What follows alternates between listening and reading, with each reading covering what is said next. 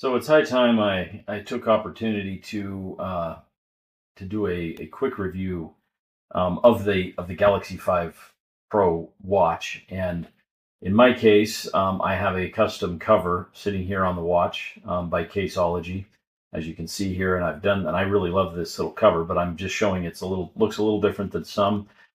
This is just one of the many watch faces. I change it on a regular basis.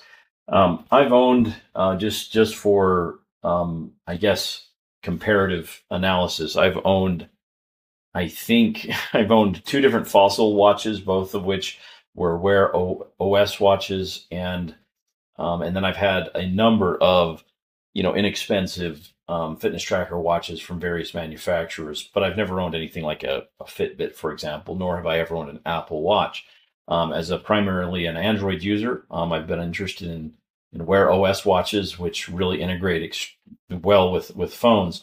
Biggest drawback has been the battery life. So number one, biggest benefit to this watch is excellent battery life with a ton of features. It pairs extremely well with I think any Android device, but especially well with Samsung devices by default. So I just want to show real quick some of the neat features. For example, this is a hike that I did, um, about a 2 hour hike, and you can see this is without my phone with me at all. So built-in GPS on the phone keeps track of all your health data and that sort of thing, your elevation gain, your heart rates, calories burned, and all of that. And I have found that the heart rate tracking, the sleep tracking, blood oxygen, steps is all really good. And in addition to just want to show, this is the actual app that is built in. This is the Wear OS app from Samsung that integrates, and you can install this on other phones. As a matter of fact, for the first month I owned this watch, I used it with a Google Pixel 4 and just downloaded the Wear the Galaxy connector, and used Samsung Health and the same app, which worked fine with this watch. So my overall impression is, and I hope, if you've never had one before, you just have to get used to a few different things, such as the way you swipe. You swipe left, sorry, from the left to get to your notifications. You're going to swipe up to get to your apps, right here, and you do have the ability to install custom apps. A lot of control comes from the actual. A lot of control comes from the application on the phone, in my opinion. But you do have full control here. You can long press to change your watch face, or to customize the watch face. You swipe down, kind of just like on your phone. If you want to put it into bedtime mode, you want to silence the microphone. A lot of neat features about it built into with the application on your Android phone, lets you have full control over which notifications from your phone you receive. I mean, you can have everything that your phone's giving you if you want.